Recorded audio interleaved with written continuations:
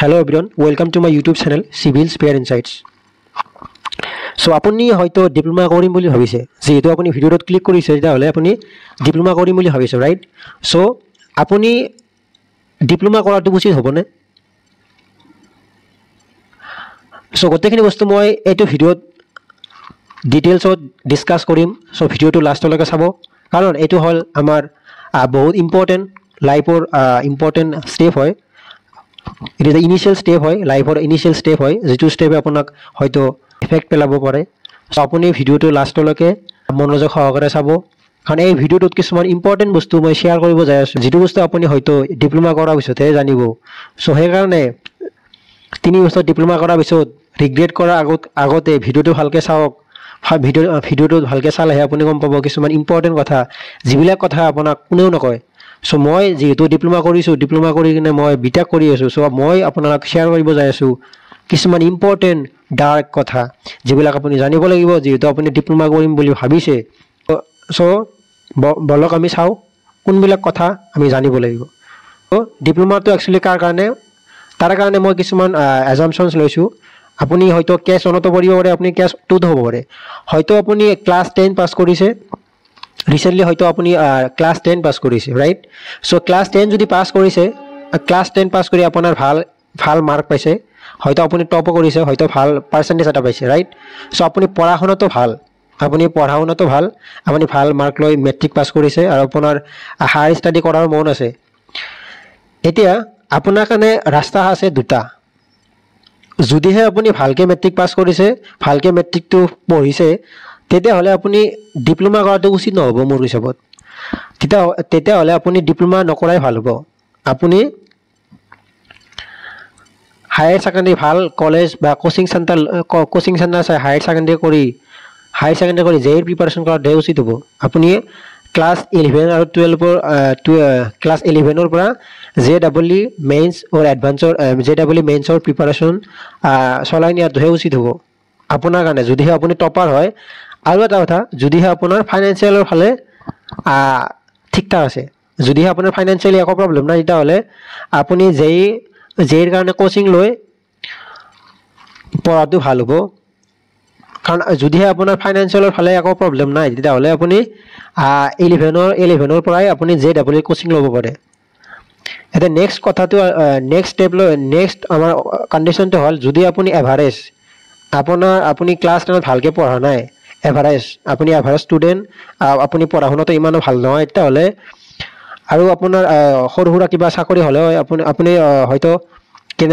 কিবাকে matric pass কৰিছে হয়তো আপুনি কিবাকে মেট্ৰিক পাস কৰিছে হয়তো মেট্ৰিকটো ভালকে পঢ়া নাই আৰু ঘৰৰ অৱস্থা পাতি ফাইনান্সিয়ালি ভালও ভাল নহয় বা তেতিয়া হলে আপুনি ডিপ্লোমা কৰা ভাল হ'ব যে কম বয়সতে যদি চাকৰি লাগে বা ঘৰৰ অৱস্থা যদি ভাল নহয় ঘৰক যদি ফ্যামিলিক যদি ফাইনান্সিয়ালি সাপোৰ্ট দিব লাগে তেতিয়া হলে আপুনি ডিপ্লোমা কৰক কাৰণ ডিপ্লোমাত যদি ভালকে পঢ়ে আপুনি তেতিয়া হলে গভৰ্ণমেণ্ট চাকৰি এটা পাই যাব ভালকে যদি পঢ়ে ভাল ব্ৰাঞ্চ লয় এটা ভাল ব্ৰাঞ্চ আপোনাৰ কাৰণে কোনটো হ'ব এটো কাৰণে আপুনি তলত দিয়া ডেসক্ৰিপচনটোত ভিডিও এটা পাব সেই ভিডিওটো ভালকে চাওক সেই ভিডিওটোত মই গোটেই বস্তুখিনিক লৈ ডিটেইলত ভিডিও এটা বনাইছো সো সেই ভিডিওটো চাওক আপুনি আপোনাৰ কাৰণে বেষ্ট ব্ৰাঞ্চ কোনটো হ'ব তাৰ পৰা আপুনি আইডিয়াটো ল'ব পাৰিব এতিয়া মই ডিপ্লোমা কৰাৰ কথা কিয় কৈছো এভাৰেজ ষ্টুডেণ্টক যদি আপুনি ডিপ্লোমা কৰে তেতিয়া হলে আপুনি কাৰণ কম খৰচতে আপুনি ডিপ্লোমাটো কমপ্লিট কৰিব পাৰিব আৰু যদি যেহেতু আপুনি মেট্ৰিক পাস কৰিছে সো মেট্ৰিক পাস কৰি আপুনি যদি ডিপ্লোমা কৰে তেতিয়া 9 কিমান হ'ব আপোনাৰ বয়স 19 বা 18 বয়স ৰাইট সো সেই এজতে আপুনি চাকৰি এটা পাব যদিহে আপুনি ভালকে পঢ়িছে ভালকে ৰেসপন্সিবল হৈ ডেডিকেশন ভালকে নলেজ গেইন কৰিছে আৰু উইথ স্কিল তেতিয়া হলে আপুনি অতি কম বয়সতে চাকৰি পাব সো এখানে আপোনাৰ কাৰণে ডিপ্লোমা কৰাটো ঠিক আছে প্ৰবলেম নাই তো আপুনি ডিপ্লোমা কৰিব পাৰে ওকে ইয়েস দিছো এতিয়া আহো ক্লাস 12 ক্লাস 12 পাস কৰিছে আপুনি ক্লাস 12 পাস কৰিছে আৰু সায়েন্সৰ পৰা সায়েন্স ষ্ট্ৰীমৰ পৰা পাস কৰিছে তে ডিপ্লোমা কৰিম বুলি ভাবিছে এটা সায়েন্স ষ্ট্ৰীমৰ পৰা যদি ডিপ্লোমা কৰিম বুলি ভাবিছে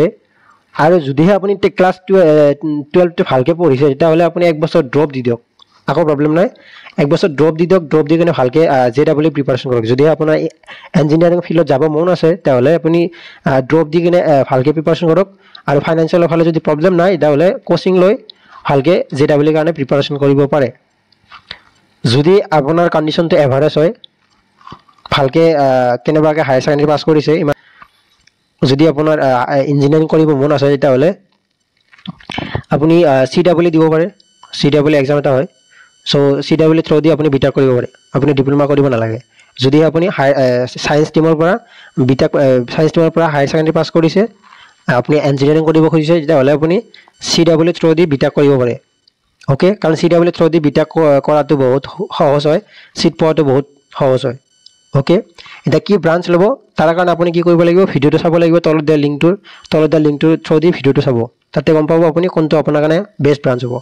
অ'কে, এতিয়া আহোঁ যে কোনোবাই যদি হায়াৰ ছেকেণ্ডেৰী পাছ কৰিছে আৰু আৰ্টছ ষ্ট্ৰীমৰ পৰা বা কমাৰ্চ ষ্ট্ৰীমৰ পৰা, তেতিয়াহ'লে আপুনি যদি ডিপ্ল'মা কৰিম বুলি ভাবিছে, আপুনি যদি ছায়েন্সৰ ইঞ্জিনিয়াৰিং কৰিম বুলি ভাবিছে, তেতিয়াহ'লে ডিপ্ল'মা ইঞ্জিনিয়াৰিং কৰিব পাৰিব, একো প্ৰব্লেম নাই। কাৰণতো আপুনি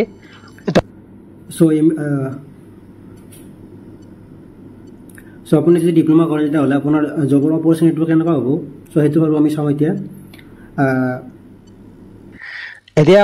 এতিয়া আমি ডিটেইলছত আহিম। এতিয়া জব ষ্ট্ৰাকচাৰটো চাম, এটা আইডিয়াটো ল'ম কোনকেইটা ব্ৰাঞ্চত কেনেকুৱা ধৰণৰ গভৰ্ণমেণ্ট জব আহে। সেইটো কাৰণে মই অসমলৈ ফাৰ্ষ্ট আহিছোঁ। চ' আমাৰ অসমত কি কি জব আহে চোৱা, এইটো হ'ল আমাৰ মেকানিকেলৰ কাৰণে। চ' মেকানিকেলৰ এই ভেকেঞ্চি ওলাইছিলে আপোনাৰ 15 মে 2025। অ'কে, জুনিয়ৰ ইঞ্জিনিয়াৰ কাৰণে mechanical under water research department, recently ওলাইছে এইটো WRL ফালৰ পৰা। চ' ৱাটাৰ ৰিচাৰ্চ ডিপাৰ্টমেণ্টৰ পৰা 7টা ভেকেঞ্চি ওলাইছে। অ'কে, ফৰ জুনিয়ৰ ইঞ্জিনিয়াৰিং মানে ডিপ্ল'মা বেচিছ। অ'কে, তাতে কিমানটা ভেকেঞ্চি ওলাইছে, 7টা ভেকেঞ্চি ওলাইছে, ৰাইট। চ' আমাৰ পে স্কেলটো হ'ল 14,000 পৰা 70,000।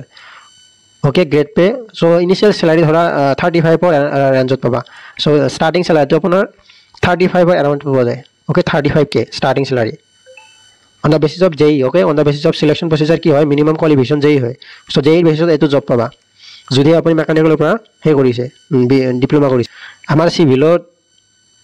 এইটো ওলাইছিলে 11 এপ্ৰিলত 2025 ওলাইছিলে।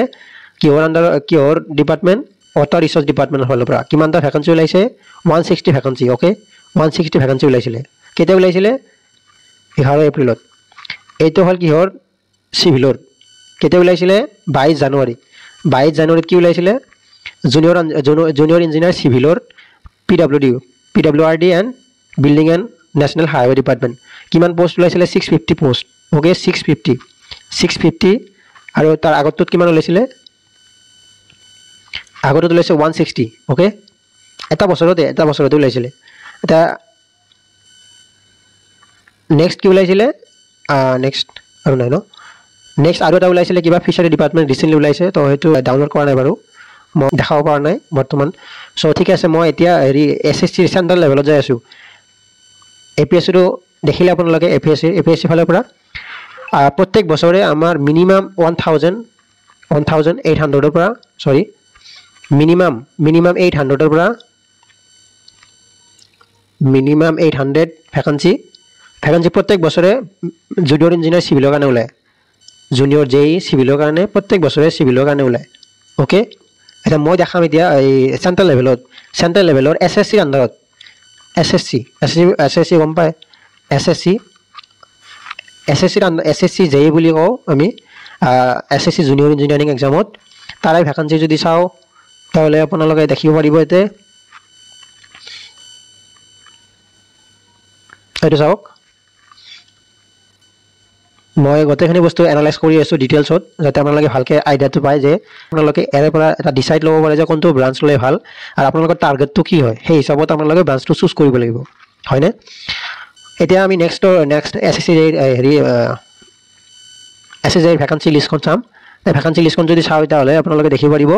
এইটো হ'ল JEE C মানে চিভিল হয়। অ'কে, চিভিলৰ কাৰণে বিহাৰত কিমান ভেকেঞ্চি ওলাইছিলে, 142 ইউৰৰ কাৰণে,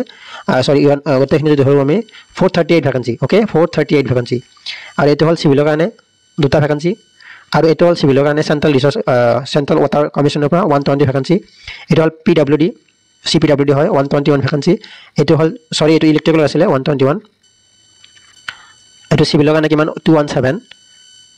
ওকে এইটো হ'ল আপোনাৰ ৱাটাৰ পাৱাৰ কমিশ্যনৰ পৰা 3টা বাকি আমাৰ চিভিলৰ কাৰণে এতে 0 বাকি আৰু কি আছে আৰু এতে আছে 6টা আছে হয় না এটা চাওক আপোনাৰ হেৰি এটা হ'ল চিভিলৰ কাৰণে হা এতিয়া মই আহিছো বাকি ব্ৰাঞ্চৰ কাৰণে electrical and mechanical so electrical and মেকানিকৰ মিলাই কিনে 37 ভেকেঞ্চি ওকে 37 ভেকেঞ্চি বাকি মেকানিকেলৰ কাৰণে 12 ভেকেঞ্চি ওকে ইলেক্ট্ৰিকেলৰ কাৰণে কিমান আছে 121 ভেকেঞ্চি এটা ইলেক্ট্ৰিকেলৰ কাৰণে কিমান আছে 2টা ভেকেঞ্চি এটা ইলেক্ট্ৰিকেলৰ কাৰণে 3টা ভেকেঞ্চি এটা কিমান আছে 0টা ভেকেঞ্চি এটা কিমান আছে আৰু ইলেক্ট্ৰিকেলৰ নাই আৰু সো একটা হল আমাৰ ভেকেঞ্চি চালে আপোনালোকে যে মেকানিকেল ইলেক্ট্ৰিকেল আৰু চিভিলৰ কাৰণে আমাৰ SSC JEE ভেকেঞ্চি ওলায় ওকে সো SSC JEE প্ৰত্যেক বছৰে SSC JEE vacancy SSC JEE প্ৰত্যেক বছৰে SSC JEE ভেকেঞ্চি প্ৰত্যেক বছৰে ওলায় লাষ্ট 20 ইয়াৰ্ছৰ পৰা ওলাই আছে last 20 years okay so every year ধৰি লওক এভৰি ইয়াৰ প্ৰত্যেক বছৰে ওলায় লাষ্ট 20 ইয়াৰ্ছৰ পৰা যেটো কন্টিনিউয়াস হৈ আছে হয়তো কোভিডৰ সময়ত হয়তো এক বছৰ বা 2 বছৰ হয়তো গেপ দিছিলে বাট প্ৰত্যেক বছৰে ওলায় SSC কাৰণে ওকে বাকি আৰু এটা আছিলে আমাৰ RRB JEE ওকে এই গোটেইখিনি হল আমাৰ ডিপ্লোমা ইঞ্জিনিয়াৰিংৰ বেচিছত ওকে এতিয়া মই দেখাম আপোনালোকক হেৰি RRB আন্ডাৰত দেখাম ওকে সো RRB আন্ডাৰত কিমান ভেকেঞ্চি ওলায় সো মই বাকি বিলাক হেৰি আনা নাই জনৰ আনা নাই অনলি সো গুৱাহাটী জনৰ আনিছো বাকি জনৰ আনা নাই সো যেহেতু আমাৰ RRB এক্সামটো জোন হিচাপত হয় জোন হিচাপত ভেকেঞ্চি ওলায় সো যেহেতু মই PDF টো ডাউনলোড কৰা নাছিলো সো স্ক্ৰিনশ্বট মাৰি লৈছিলো সো পেজখন ইমান এটা ক্লিয়াৰ আহা নাই হলেও মই চেষ্টা কৰিম বস্তুখিনি আপোনালোকৰ আগত ৰিপ্ৰেজেন্ট কৰিবলৈ সো এটা চাওক কি বুলি কয় এটা আছে সিভিল আমাৰ দিছ অন সিভিল এটো সিভিল সো সিভিলৰ কিমান পোষ্ট 46 সিভিলৰ 46 ওকে and secondly এটোত কিমান আছে 10 আছে ওকে নাও এটো হল সিভিলৰ কিমান আছে 14 আৰু এটা কিমান আছে আৰু তো নাই ওপৰত এটো আছে junior engineer mechanical civil and সৰি সিভিল মেকানিকেলৰ হয় মেকানিকেলৰ 23 দিছ অন ইজ মেকানিকেলৰ 23 ওকে এটো হল মেকানিকেলৰ 5 আৰু মেকানিকেলৰ 7টা আছে মেকানিকেলৰ 7টা আৰু নাই আৰু ইলেক্ট্ৰিকেলৰ কিমান আছে 45 আৰু 50 ইলেক্ট্ৰিকেলৰ কিমান আছে 50 ওকে ইলেক্ট্ৰিকেলৰ 50 বাকি কেটা হল সিভিলৰ আমাৰ এখানে সিভিলৰ হয় বাকি ইলেক্ট্ৰিকেলৰ 50 সো এটা হল আমাৰ মেকানিকেলৰ ওকে সো এটো আছিল আমাৰ RRB JEE ৰেল ৰিক্ৰুটমেন্ট বৰ্ডৰ ফালৰ পৰা যেটো আমাৰ হেৰি কি বুলি কয় জুনিয়ৰ ইঞ্জিনিয়াৰিং ৰিক্ৰুট কৰে তাৰে ফালৰ পৰা ভেকেঞ্চি আছিল 2024 লিষ্ট আমাৰ গুৱাহাটীৰ পৰা ওকে গুৱাহাটীত ইমান কেটা ভেকেঞ্চি দিছিলে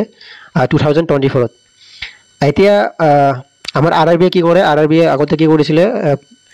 এভৰি 5 ইয়াৰ্ছৰ মূৰে ভেকেঞ্চি দিছিলে ভেকেঞ্চি ওলাইছিলে কিন্তু এতিয়া হয়তো কন্টিনিউ হোৱাৰ চান্স আছে প্ৰত্যেক বছৰে ওলোৱাৰ চান্স দেখা পাই আছো সো আপোনালোকক দেখালো মই এটা টাইমত এতিয়া সময়ত JEE কৰাটো ভাল কিয় JEE কাৰণ JEE আপুনি যদি 10 পাস কৰিছে তাহলে আপুনি 10 পাস কৰি একো জব নাপায় এটা হয়তো জব পাব 4th গ্ৰেডৰ জব এটা 4th গ্ৰেডৰ জব আপুনি 10 পাস কৰি পোৱাটো ইমান সহজ নহয় কাৰণ 10 পাস কৰি 4th গ্ৰেডৰ জব নাপায় কাৰণ 4th গ্ৰেডৰ জব কোনে পায় যোনে ভালকে পঢ়িছে গ্ৰেড থাকা ষ্টুডেন্ট মেৰিট থাকা ষ্টুডেন্টে পাব কাৰণ আজিকালি জব পোৱাটো বহুত টান কাৰণ আমাৰ অসম বুলি নহয় আমাৰ ইণ্ডিয়াত যেটো নিবনুৱাৰ হাৰ যেটো দিনক দিনে যেটো বাঢ়ি আহিছে তো কম্পিটিশন বহুত বেছি সেই লেভেলত যদি আপুনি 3rd গ্ৰেডৰ জব এটাকে যদি লম বুলি ভাবিছে এটা বহুত পঢ়িব লাগিব আপুনি বহুত প্ৰিপাৰেচন কৰিব লাগিব বহুত হেকাৰণে টপা কেটা হে 3rd গ্ৰেডৰ 4th গ্ৰেডৰ জব পায় আপুনি চাবচোন মানে MSc কৰিছে MSc কৰি কিনে হেৰি কৰিছে BSc কৰিছে কোনোবা অনাৰ্সলে MSc কৰাৰ পিছত 4th গ্ৰেডৰ জব কৰি আছে ভাবক তাহলে আপুনি 10 লেভেলৰ জব যেটো 10 লেভেলৰ জব কোনোবাই মাস্টাৰ ডিগ্ৰী কৰা ষ্টুডেন্ট এটা লৈ আছে সো হেকাৰণে কম্পিটিশনটো বহুত বেছি হে লেভেলত হে হিচাপত যদি কম্পেয়াৰ কৰো তাহলে JEE লোৱাটো বহুত JEE লোৱাটো বেষ্ট কাৰণ JEE কি হয় আপুনি শৰ্টকাট জব পাই যায় হয়নে আপুনি সাপোজ 10 পাছ কৰিব পাৰে যেহেতু 10 পাছ কৰি কিনে ডাইৰেক্ট জে অকল পঢ়িলে নহ'ব ভালকে পঢ়িব লাগিব অকল এক্সাম পাছ কৰাৰ কাৰণে পঢ়িলে নহ'ব ভালকে নলেজ ল'ব লাগিব সো ভালকে পঢ়ি কিনে আপুনি ডাইৰেক্ট পাছ আউট হোৱাৰ লগে লগে আপুনি ভ্যাকেন্সিটো প্ৰত্যেক বছৰে আহি থাকিব সো আপুনি এক্সাম দি দিলে আৰু প্ৰত্যেক ভালকে প্ৰিপাৰেচন কৰি কিনে তো আপুনি যেই জব এটা পাই গ'লে গভৰ্ণমেণ্ট জব এটা ভাল ধুনীয়াকৈ পাই গ'লে ইমান কম্পিটিশ্যন নাই as compare to the third grade exam fourth grade ইমান ঢেৰ মানুহ এক্সাম দি আছে কিমান লাখ মানে কোটি লাখ মানুহ এক্সাম দি আছে তাতে তাৰ লগত যদি কম্পেয়াৰ কৰোঁ তেতিয়াহ'লে জেইত কম্পিটিশ্যন বহুত কম ওকে সো ভিডিঅ'টো বহুত দীঘল হৈ গ'ল সো বহুত বস্তু মই ডিটেইলত ক'লোঁ সো ভিডিঅ'টো সামৰিছোঁ ভিডিঅ'টো ভাল লাগিলে লাইক এটা কৰি দিব আৰু শ্বেয়াৰ কৰি দিব ওকে আৰু যদি ভাবে যে ভিডিঅ'টো হেল্পফুল হৈছে তেতিয়াহ'লে ছাবস্ক্ৰাইব কৰি দিব সো থেংক ইউ